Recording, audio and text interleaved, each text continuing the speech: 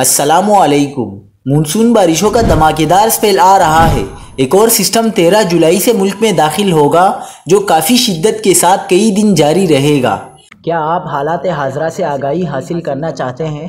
خبر کے پیچھے چھپے اصل حقائق جاننا چاہتے ہیں تو ابھی سبسکرائب کیجئے دل مل پاکستان کو اور ساتھ ہی گھنٹی کے نشان پر کلک کر دیں۔ آپ کو بتاتے چلے کہ صوبہ سندھ میں حالیہ بارشوں کے دوران مختلف حادثات میں 26 افراد جاں بحق ہوئے۔ پی ڈی ایم اے کے مطابق بارش کے دوران حادثات میں جاں بحق ہونے والوں میں 14 افراد کا تعلق کراچی سے ہے۔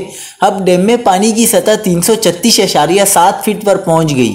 مکمل بھرنے کے لیے 2.5 فٹ پانی درکار ہے۔ شدید بارشوں سے سیلابی ریلا موٹر وے M9 پر بھی آ گیا۔ کراچی سے حیدرآباد جانے والے ایک ٹریک پر سیلابی پانی کی سطح کم ہو گئی، تاہم ٹریفک کی روانی متاثر ہوئی۔ ماہرین موسمیات کا کہنا ہے کہ بارش برسانے والا سسٹم بحیرہ عرب میں موجود ہے اور اس سسٹم کو بحیرہ عرب سے مسلسل نمی مل رہی ہے۔ محکمہ موسمیات کے مطابق 14 جولائی سے بارشوں کا نیا سسٹم شہر قائد میں داخل ہوگا۔ اس سسٹم کے تحت مزید تیز بارش ہو سکتی ہے۔ چیف میٹرولوجسٹ سردار سرفراز کے مطابق 14 سے 19 جولائی کے درمیان کراچی میں مزید موسلادھار بارشوں کا امکان ہے، جس کے سبب شہر قائد میں شدید سیلابی صورتحال پیدا ہو سکتی ہے، لہٰذا حکومت پیشگی اقدامات کر لے۔